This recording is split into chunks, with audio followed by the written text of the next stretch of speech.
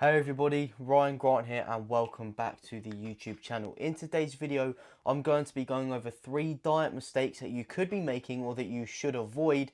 And if you do keep making these mistakes or you do make them, you are going to stay skinny and you're basically self-sabotaging yourself and you're not going to help yourself grow into the physique that you want to grow into, right? So without further ado, let's get into the first mistake that a lot of people are making, right? So the first mistake that skinny guys make when they rush in, when they I just gave it away. When they approach their bulking diet, is they rush into things, right? And this is the single worst thing to do. And I tell every single beginner that rushing into things is the worst thing to do, right? Obviously, when we start things, you're starting your gym journey, you may be feeling excited, you may be feeling motivated. That's completely normal. It's normal to have that spike in that motivation and excitement when you initially start something. However, you do not, my friend, want that excitement to delude you and give you and you don't want to delude yourself into thinking that you can sustain a strict diet routine and go straight into the big stuff, right? And in terms of the big stuff, I mean eating like 200 grams of protein a day or eating in a calorie surplus every day. You simply cannot do that in your position if you're a skinny man beginning right now because you haven't built yourself up, right? And that is the point that I'm trying to make here. The mistake that people make is they rush into things. So let me ask you this question here. Why on earth would you eat this amount of calories or try to eat this amount of calories every day before you've even mastered eating this amount of calories every single month, right? Or why on earth would you try and train 5 times a week consistently before you've mastered 3 times a week consistently for a month, right? It simply doesn't make sense, and the only thing that it's going to do for you if you go straight into eating a surplus and just go from step 1 to step 10, right? You're going to take 1 step forward and 2 steps back, which is not what we want because, we're going to keep ending up at square one and wondering why we're not progressing, right? So one of the most important things is that you take it slow, right? You slowly build things up and you slowly start to train your body and your mind and acclimatize yourself to eventually have the ability to sustain what you need to in the long term, right? So what I mean by this is don't necessarily rush into eating any calorie surplus straight away, or don't necessarily rush into eating 200 grams of protein straight away, right? Just slowly start to increase the calories, right? Find out what your maintenance calories is, for example. There are calorie calculators on the internet and I'll leave one in the description below, right? Find out what your maintenance calories is. So this basically means the amount you need to eat to stay at the same weight. Start to get consistent at that before you eat in a calorie surplus if your appetite is really bad, right? And just slowly start to increase your protein and make these subtle changes, right? Because when you make changes all across the board, it's going to be very hard for you to stay consistent, and your old self or the person you're trying to not necessarily be anymore is still going to be prominent. That person that doesn't necessarily take care of themselves, that person that may not necessarily eat healthy or eat too much food, that person is still going to be there. Therefore, if you try and change things so quick, the resistance that you're going to feel, and when you don't necessarily feel like doing stuff, you're going to cave into that resistance very, very easily. Therefore, you need to start to slowly make these changes. So it's going to be easier and easier to stay consistent. And then eventually, once you've trained yourself up and you've acclimatized yourself to the new diet that you're following, it's going to be a lot easier to sustain it and be consistent in the long run, right? And the most important thing in the gym is consistency, because the gym is a long-term game. So without consistency, we can't make progression. So the first mistake that a lot of people make that keep them skinny is they rush into things, right? So don't go straight into eating a surplus straight away. Start eating at maintenance calories. Don't try and eat 200 grams of protein every day. Just start to slowly increase the amount of protein you have every day. Add a protein shake in there, or add an extra egg to your scrambled eggs and toast, or add an extra chicken breast or an extra tin of tuna to the tuna and pasta dish you may have, right? Just slowly start to build things up and acclimatize yourself to, to build these sustainable habits in the long term, which will eventually lead to you being able to eat in a surplus a lot easier, right? So that is mistake number 1 that keeps people skinny and that you need to avoid, right? Number 2, right? So many people are reliant on feeling full, and so many people have the misconception that feeling full means that they've eaten enough. However, that is completely far from the truth, right? You may feel full, but you could also be 1,000 calories off the amount you need to eat, right? So this mistake sort of comes after the first mistake. So once you've sort of trained yourself up and you're starting to eat more, right? One of the big mistakes that people make is that they assume they've eaten in a calorie surplus because they feel full. But as I just said, you could be 1,000 calories off the mark, right? So what you need to do in order to fix this is you need to start to track how much you're eating. Not necessarily every day, because if you eat the same meals every day, then you can sort of get an idea. However, in your position as a beginner, I would highly recommend you get in the habit of starting to track your meals every single day, right? I use an app called MyFitnessPal. It's great. It doesn't take too long to track my meals.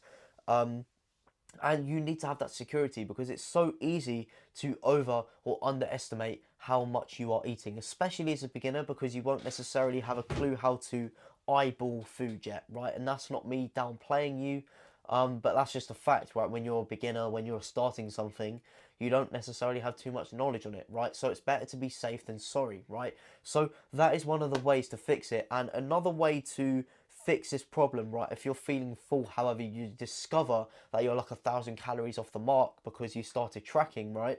One of the other ways that you can fix this is to actually be smarter about the foods you eat, right? So many people, especially skinny men, when they're bulking or trying to bulk, sorry, make the mistake that they're not smart with their foods. For example, they eat foods that are bigger in volume, however not as calorie dense, right? Which basically means they're making it harder for themselves to eat less calories, which is not what we want to do. We want to be efficient with this. So we don't necessarily want to eat big to get big. We want to eat as little as possible to get big. So the mindset you want to have with your diet from now on is you want to be able to try and minimize the volume of food you eat as much as possible, so it's going to be easier to eat. However, in that minimal volume, you want to keep it as calorie dense as possible.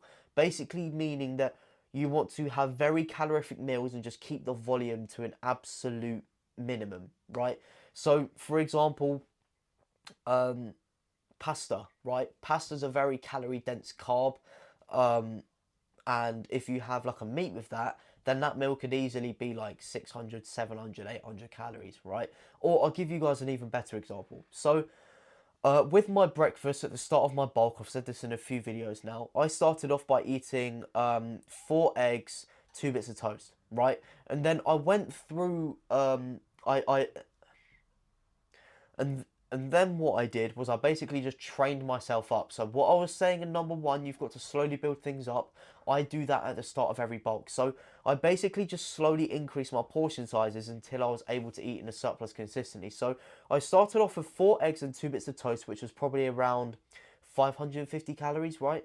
And then after a couple of weeks, I eventually got up to 6 eggs and 2 bits of toast, which then went up to like 750 calories. And then the more creative I got, and the more I started to adopt this mindset of it's not about how much you eat, but about how minimal you can keep your food, but keep the calories as high as possible, right? The moment I started to adopt that mindset, I changed the 2 bits of toast for 2 bagels, right? Which just doubled the calories and the carbohydrates just like that from 200 to 400, right? I still had the 6 eggs, however, I added cheese and a meat of my choice to the eggs. So, for example, smoked salmon. And then on the side, I added half an avocado, but it was mashed up, so it wasn't volume at all. And then I also had a pint of orange juice on the side. And all of a sudden, just like that, my breakfast went from 550 calories and then to 708 to 850 calories and then all the way to 1,200 calories, and the volume didn't even change much, right? So one of the ways to fix being reliant on feeling full and making that mistake of thinking that you're in a surplus because you're full is being smart about the foods you eat, right? Why on earth would you make things harder for yourself? If I gave you 2 plates of food right here with your calorie surplus, so basically if you ate one of these plates you'd gain weight, right?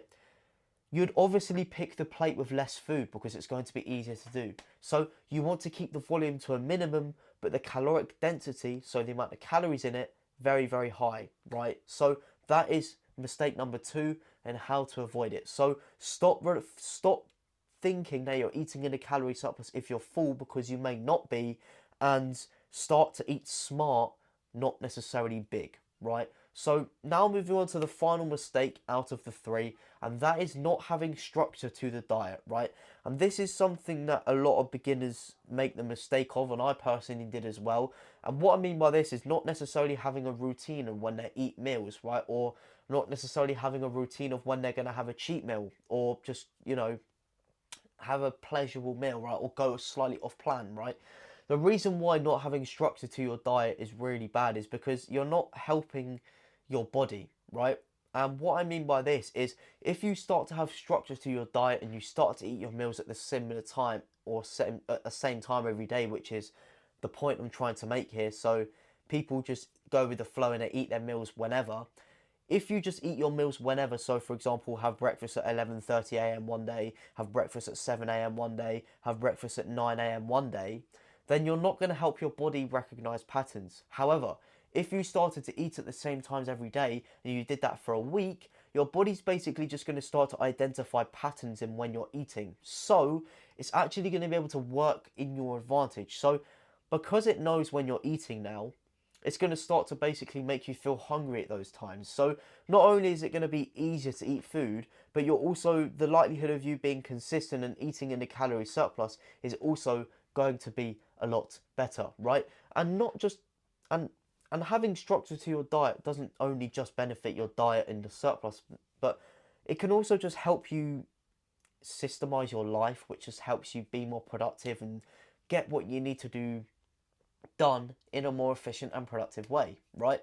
So how to fix not having a structure to the diet? Well, just start to eat at the similar or same times every day, right? So for example, just figure out what you do all the time that you can't move around. So for example, if you work from 9 to 5 Monday to Friday, just start to pluck your meal times around that, right? So, you know, have meal 1 at 7:30 before you go to work at 9. Or if you have a break at 1, have meal 2 then.